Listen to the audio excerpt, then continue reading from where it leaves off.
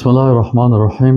الحمد لله والصلاة والسلام على رسول الله صلی الله علیه و سلم و علی آله و صحبه اجمعین.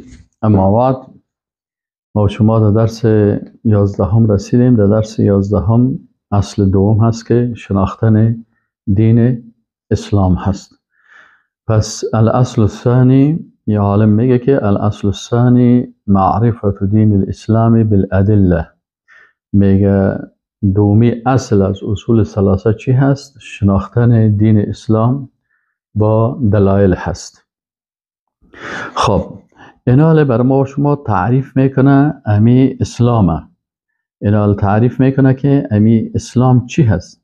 میگه که و هو الاستسلام لله، تسلیمی به الله سبحانه و تعالی بالتوحید، که تسلیمی به الله سبحانه و تعالی با توحید است. یعنی با عقیده توحید به الله تسلیم میشیم. الله را در ذاتش یگانه عقیده میکنیم، در صفاتش، در افعالش، در عبادتش، در اطاعتش و در نامهایش، در 6 چیز. وقتی الله سبحانه و تعالی را با 6 چیز ایمان داشتی و به الله تسلیم شدی، این استسلام به الله با چی میگن؟ با توحید میگن. یک. دومش والانقیاد له بالطاعه. وقتی که الله سبحانه و تعالی را به وحدانیت شناختی، آل دیگه چی میکنی؟ اطاعت الله را میکنی. اطاعت الله را میکنی.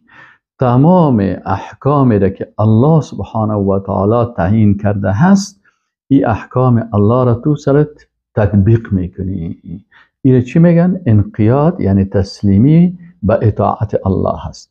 و تسلیم قوانین دیگه نمیشی، فقط تسلیم احکام الله هستی.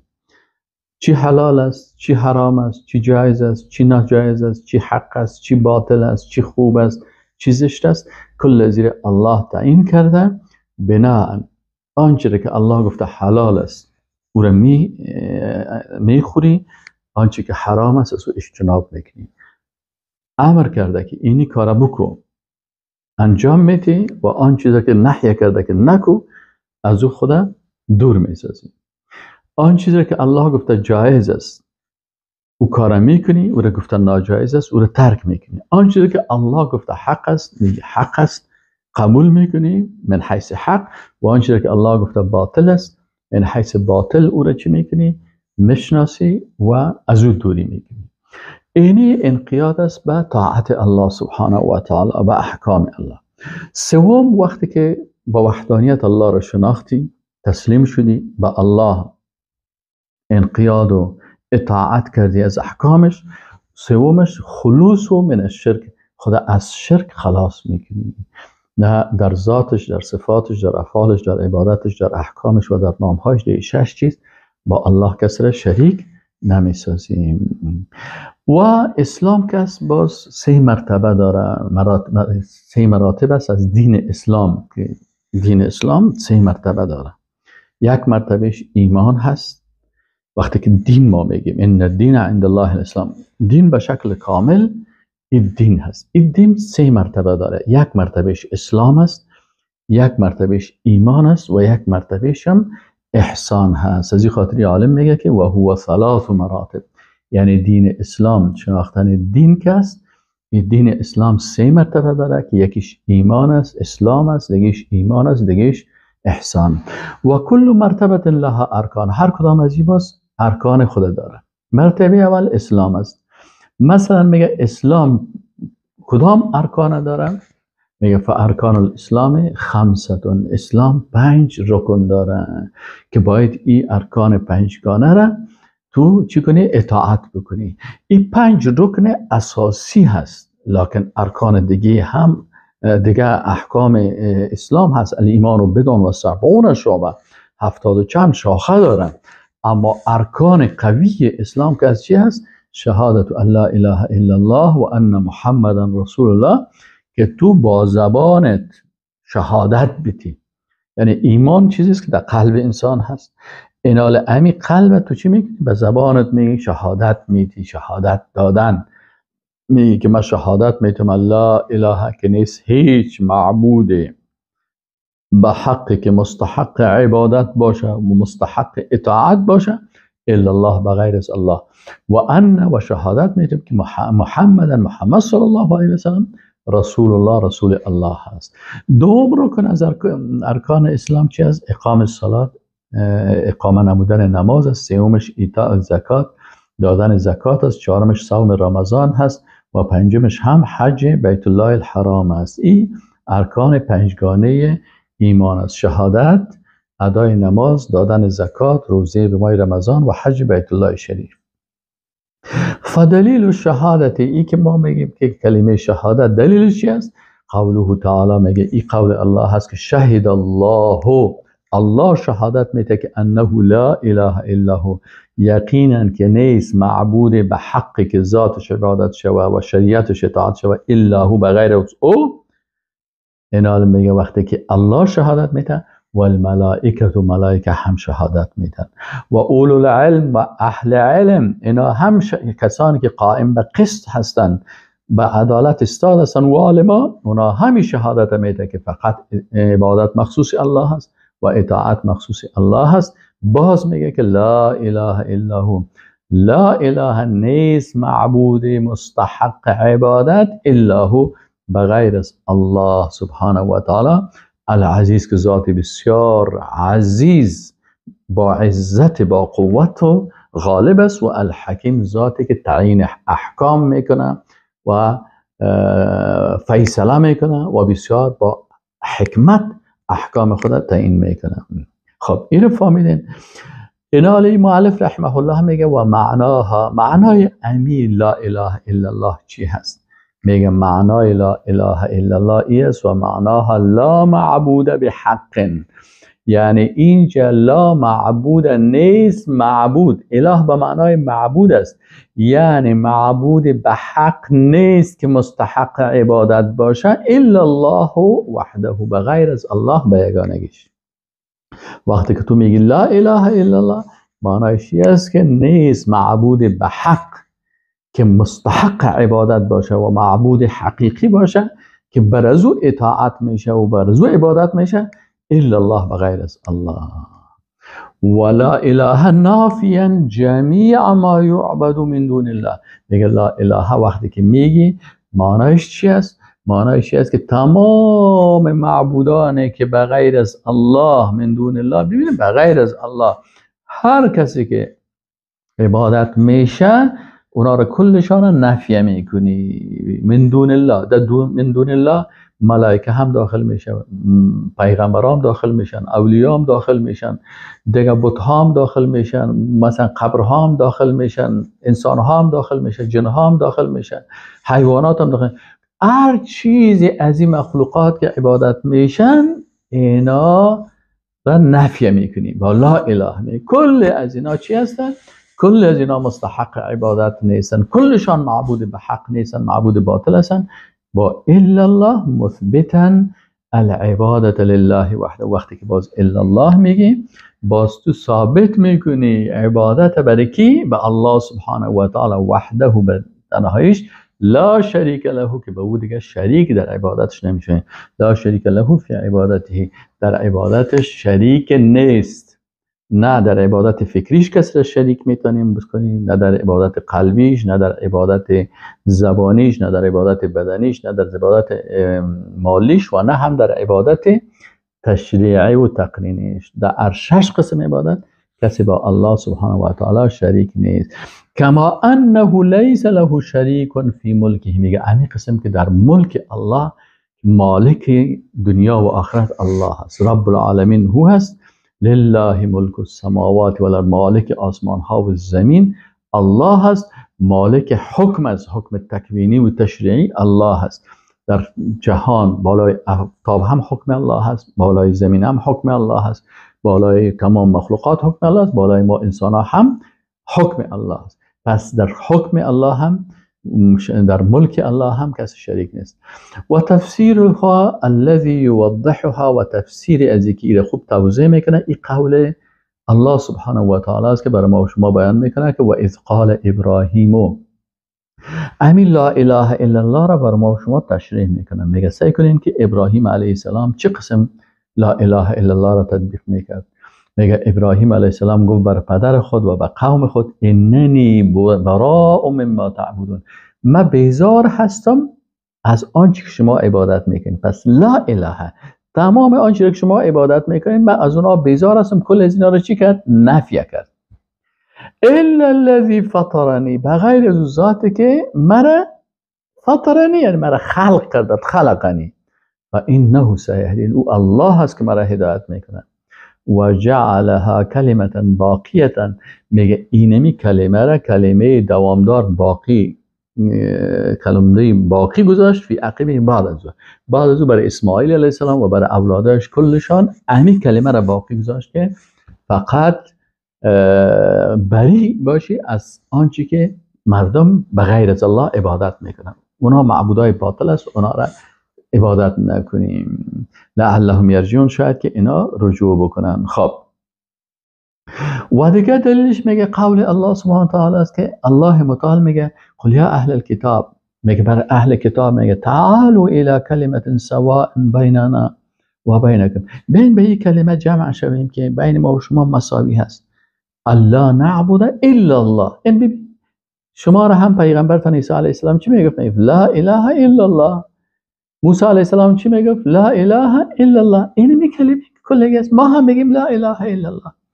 این حال بین می کلمه جمع شویم که الله نعبد الا الله، که عبادت نکنیم بغیر از الله را، ولا نشرک به شیئا، چیزی را با الله شریک نسازیم.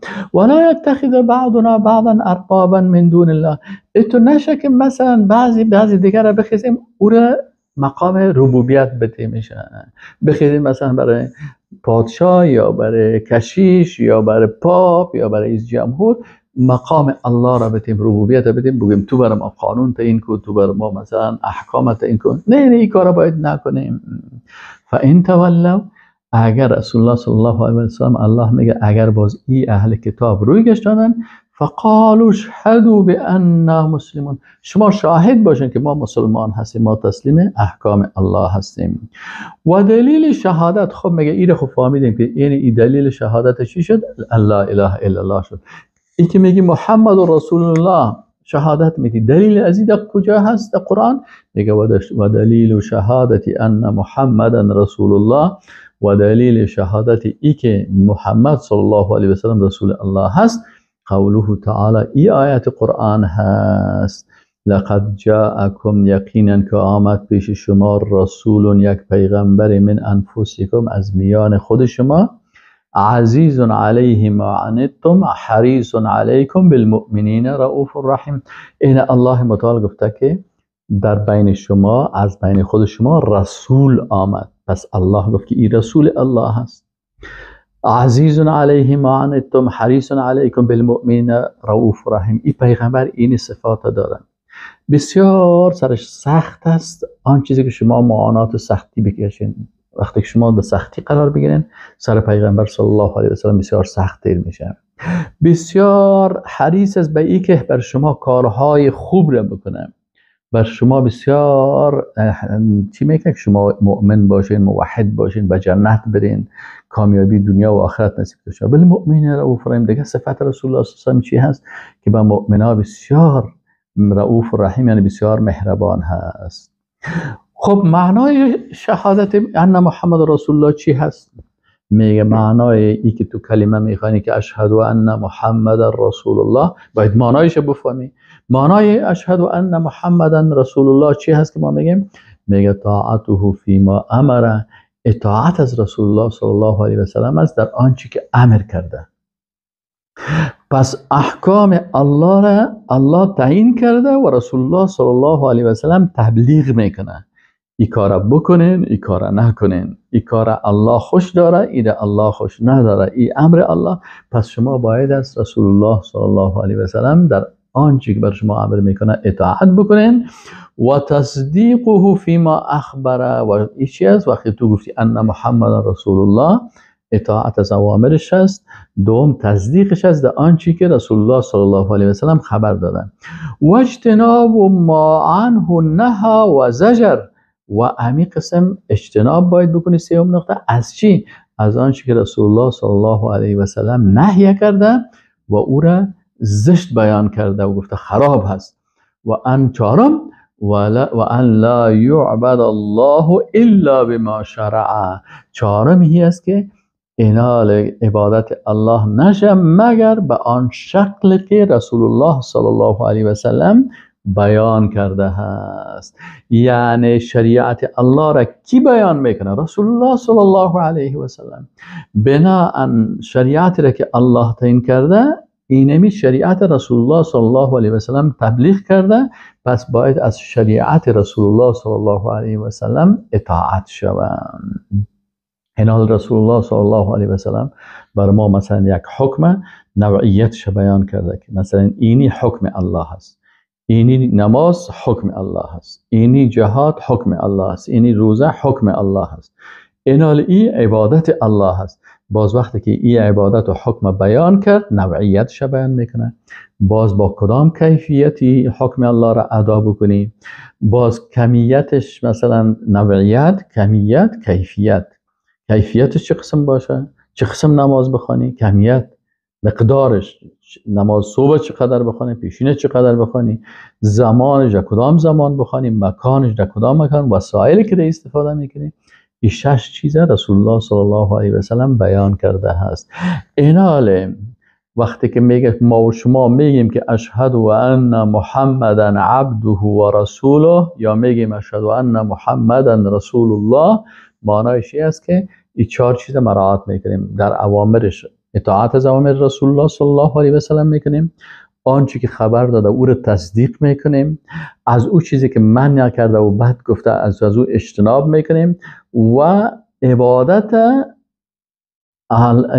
الله را به طریقه رسول الله صلی الله علیه و سلم میکنیم. همون قسم که رسول الله صلی الله علیه و سلم گفته که عبادت الله اینی قسم مشروع هست، به اینی شکل بکنین، اینی عبادت است، به مو شکل بکنیم. عبادتی که پیغمبر صلی الله علیه و سلم او را عبادت نگفته هست و عبادت نیست، او چی میشه؟ اگر کسی رو باید داخل میکنه در دین، این باز در بدعت داخل میشه. خب میگه دلیلی از اینکه شما گفتین که مثلا خب میره فهمیدیم که ارکان اسلام اول کلمه شهادت بود، فهمیدیم معنای کلمه شهادت فهمیدیم و دلایلش هم فهمیدیم. حالا میگه خیلی دلیل نماز و زکات براتون میگم و تفسیر توحید. مثلا این که ما و شما میگیم که دلیل زکات نماز چی است، دلیل زکات چی است و تفسیر توحید چی است. میگه این من دلایل هر کدامش براتون بیان میکنم. کل از این قرآن عظیم شان ذکر شده. قوله تعالی، ایده آیت شریف است که و ما امروا، این مردم امر نشدن الا مگر لیعبد الله، امر نشدن مگر ای که عبادت بکنن فقط الله را مخلصانه 100% عبادت خدا برای الله بکنن، مخلصانه، قلبشان فقط برای الله تسلیم باشن. له الدین، 100% دین برای الله باشن، از ادیان دیگه و از گروه های دیگه و قوانین دیگه دوری باشن. حنفا چی رو میگن؟ یعنی 100% پاک باشن از شرک. حنیف یعنی انسانی که موحد هست، یکتا پرست هست و از شرکیات پاک هست. این حنیف میگن. حنفا باید باشن که به توحید خوب موحد باشن و از شرک چی باشن؟ پاک باشن. و یقیم الصلاة، این دلیل نماز میخوانن. انسان او دلیل توحید شد و دلیل نماز چی هست؟ یقیم الصلاة، مؤمن موحد کسی است که نماز میخوانه. دلیل زکات چی هست؟ و یؤتوا الزکات، و زکات میتن. و ذلک دین القیم، اینمی دین استوار هست. اینمی دین استوار است که الله سبحانه و تعالی اینو بیان میکنه. خب میگه شما گفتین که روزه هم یکی از ارکان اسلام است. بله، چی دلیل دارین؟ میگه دلیل الصیام قوله تعالی یا ایها الذین آمنوا، ای مؤمنان، کتب علیکم الصیام، بالای شما کتب به معنی فرض، فرض کرده شده است. این حال میگه فرض شده بالای شما روزه، مثل که کما کتب علی الذین من قبلکم لعلکم تتقون، مثل که به امتهای قبلی روزه فرض شده بود، شاید که شما با امیر روزه گرفتن تقوا حاصل بکنین. خب دلیل حج چی هست؟ دلیل حج میگه ای قول الله سبحانه و تعالی است فیه آیات بینات مقام ابراهیم و من دخله کان آمنا. این میگه دلیلش چی است؟ فرضیتش وعلی الله علی الناس حج البیت من استطاع الیه سبیلا. این دلیل حج است. ولله و بر الله علی الناس بالای مردم چی هست؟ حج البیت. ولله و بر الله هست، یعنی از جانب الله بالای مردم فرض است چی؟ حج البیت، حج بیت الله شریف. برای کی؟ بر کلگی فرض است. میگن من استطاع الیه سبیلا. ایمان بالای کلگی هست، اما انجام دادن از این فرض بالای کسی فرض است که چی است؟ که استطاعت داشته باشه، که مثلا مصرف داشته باشه، امکانات داشته باشه که به حج برم. پس این شد این درس ما و شما، و این هم ارکان لا اله ارکان اسلام. و السلام علیکم و رحمت الله و برکاته.